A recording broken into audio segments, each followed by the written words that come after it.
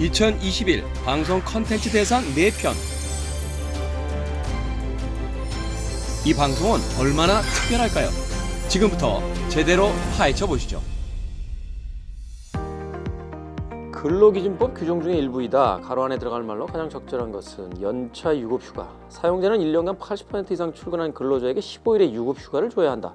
사용자는 3년 이상 계속하여 근무한 근로자에게는 제1항에 따른 휴가의 최초 1년을 초과하는 계속 근로 연수 매 2년에 대하여 1일을 가산한 유급휴가를 줘야 한다. 휴가 주기 싫은 거죠? 이쯤 되면 계산을 못하면 자기 휴가 못 가는 겁니까? 자, 우리가 한국말을 쓰기 때문에 또 한국말을 읽을 수 있기 때문에 모두가 한글을 이해한다고 생각을 했는데 이 문제를 마주하고 나서 조금 충격을 받았습니다. 왜냐하면 읽을 수 있다고 해서 다 이해할 수 있는 것은 아니구나 하는 생각을 다시 한번 해보게 되는데, 자, 그렇다면 이런 신선한 기획과 이런 새로운 실험을 통해서 우리가 알고 있다고 생각했던 것들을 다시 한번 되짚어보는 이러한 기획들, 과연 누가 했을까요? 지금부터 그 기획을 한 분과 이야기를 나눠보도록 하겠습니다.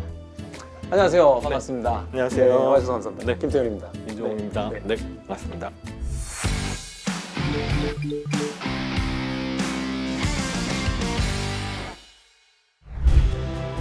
EBS가 선보인 미래 교육 해법. 오늘은 당신의 문해력과 함께합니다. 김구라, 광희, 이연희, 알베르토 몬디, 다양한 캐릭터의 패널들이 등장하는데요. 그런데 난데없이 시험이 시작됩니다. 바로 성인 문해력 테스트였는데요. 결과는 이번 3번이래. 전원 오답. 읽어도 무슨 말인지 일상에서 자주 보는 글들을 제대로 파악하지 못하는 현실. 또 읽고 다시 읽고 분명 또 읽고 읽었는데 이런 식으로 해서 왜 이해하지 진도가 못하는 잘 걸까요? 안 나가는 거예요. 당신의 문해력은 바로 이 점에 주목합니다. 이재명을 그리고 문해력 실태를 알아보기 위해 대규모 조사에 나서는데요. 초등학생 수준도 11%나. 결과는 충격적이었죠. 단 10명 중에 한 명만이 교과서를 읽고 혼자서 공부할 수 있는 수준이라는 거죠. 문제점 분석에만 그치지 않고 문해력을 높이기 위한 실질적인 해법을 제시하기도 하는데요. 자, 여기부터 한번. 교사와 부모가 어떻게 도와줘야 하는지, 그러면 어떻게 문해력이 향상되는지를 생생한 기록으로 전하는 이 작품. 총 6부작으로 방송, 완전 새로운 개념을 제시하고 그 중요성을 알린 유용성 만점 컨텐츠, 당신의 문해력입니다.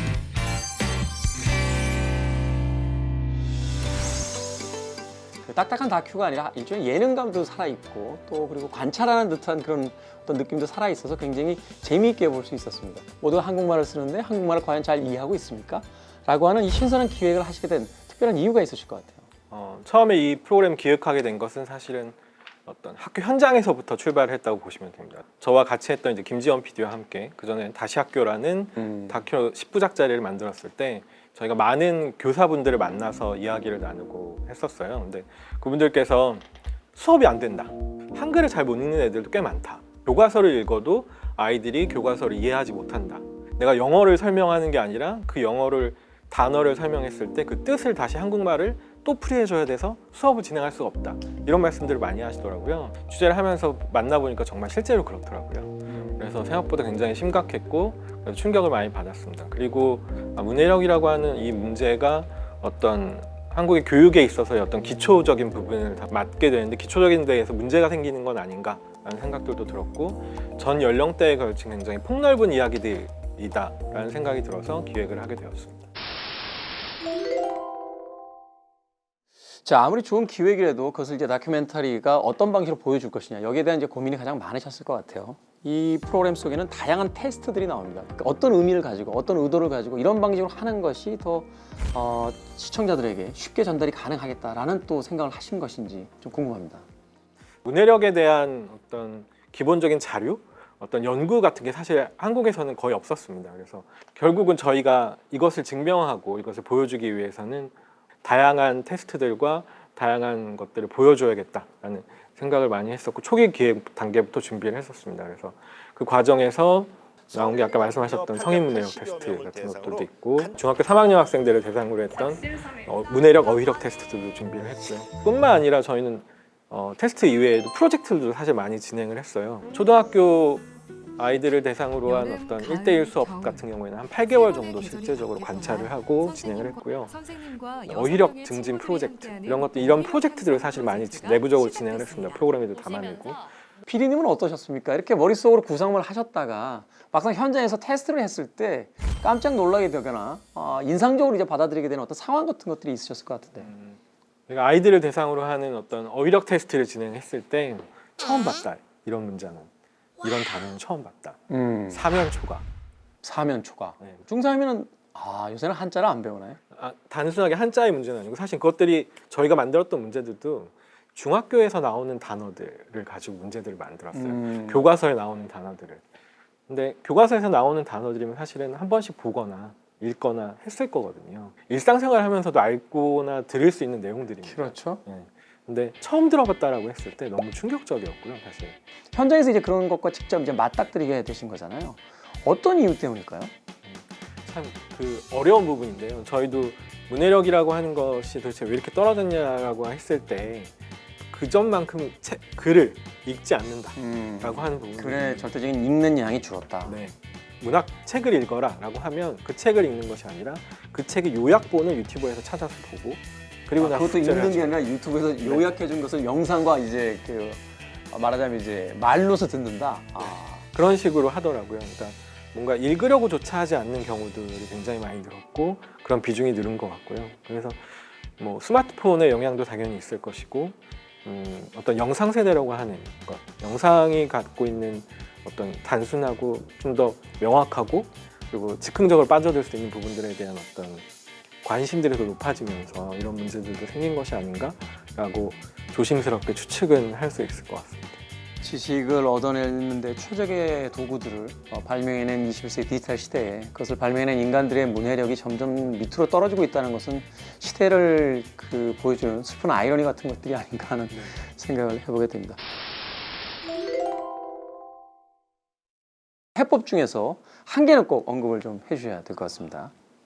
저는 골든타임으로 하겠습니다. 골든타임. 네. 되게 응급 환자들한테 쓰는 단어인 것 같은데 골든타임 어떤 의미이면서 또 어떤 뜻인지 좀 풀어주시죠. 저희가 초등 저학년 정도의 시기를 좀 더 골든타임이라고 이야기를 할 수 있을 초등학교 것 1, 2, 3학년 정도. 네. 이 시기에 충분하게 문해력이 갖춰지지 않으면 사실은 이 격차가 계속 커집니다. 한번 커진 격차는 따라잡기 굉장히 힘들게 되고요. 어떤 공교육 시스템이든 이런 부분에서 이 골든타임을 잡아야 한다라고 말씀을 드렸어요. 동시에 어떻게 보면 문해력이라고 하는 건 또 골든타임이 없는 것 같기도 합니다. 전문가 분께서도 저도 평생 노력 중이에요 라고 얘기를 하시더라고요. 계속적으로 개발하고 늘릴 수 있고 성장시킬 수 있고 그러면서 또 퇴화될 수도 있는 그런 부분이라고 생각해서 저는 골든타임이라고 하는 단어를 핵심으로 꼽았습니다.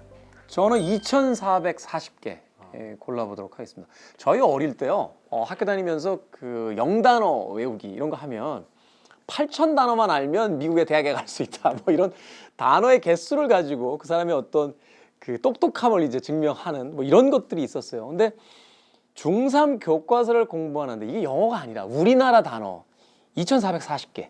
교과서를 읽고 이해하는데 꼭 알아야 하는 어휘가 2,440여 개였습니다. 말하자면 교과서를 공부하는데 어려움을 겪고 있는 중학생들이라면 그 어휘력이 2,440개도 되지 않는다라는 자연스러운 어떤 추측을 해볼 수 있게 되는데 영어 단어도 8,000개씩 외우던 시절에 한국말의 단어도 2,400개 이상을 이해하지 못한다라고 하는 것이 굉장히 충격적이었거든요.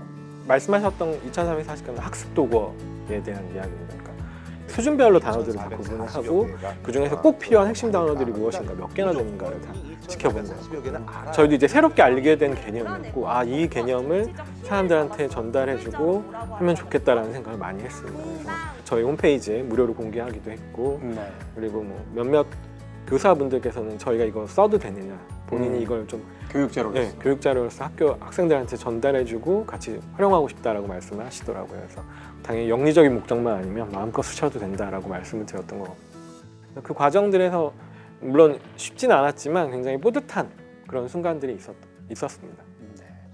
자, 앞으로도 좋은 콘텐츠들 계속해서 만들어 주시길 바라겠고요. 이 PD님의 작은 기획에서 우리 사회의 어떤 이해와 또 공감의 폭이 좀 더 넓어지는 그런 또 기적 같은 일들이 많이 벌어졌으면 좋겠습니다. 오늘 나와주셔서 너무 감사합니다. 네, 감사합니다. 네, 당신의 문해력 민정웅 PD와 이야기를 나눠봤습니다. 이 프로그램은 흥미롭습니다. 우리가 알고 있다고 믿었던 것들을 전혀 모르고 있다라는 충격적인 사실로서 보여주고 있기 때문입니다.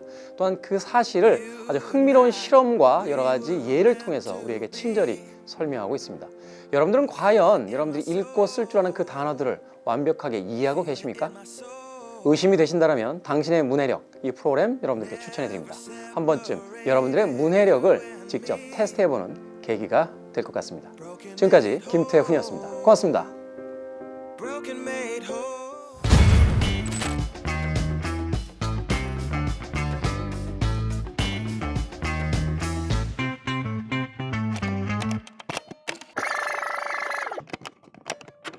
제가 이제 섭외하거나 사람들이랑 이야기하려고 문해력 프로그램 준비하고 있습니다라고 얘기하면 뭐요? 문해력이요? 무뇌라고. 네. 가장 힘들었던 부분은 코로나19가 있었잖아요. 힘들다라고 거절당하기도 했고 계속 밀리기도 했고 저는 공영방송사에서 일을 하고 있고 대부분 재미가 없는 그런 프로그램들을 많이 만들게 되는데 재미도 좋지만 의미를 담아내는 것들이 사실은 필요한 것 같고 좀 더 다양한 작품들에 좀 더 많은 제작비를 주시면 훨씬 더 의미 있는 이야기들을 많이 만들어낼 수 있지 않을까라는 생각도 듭니다. 그래서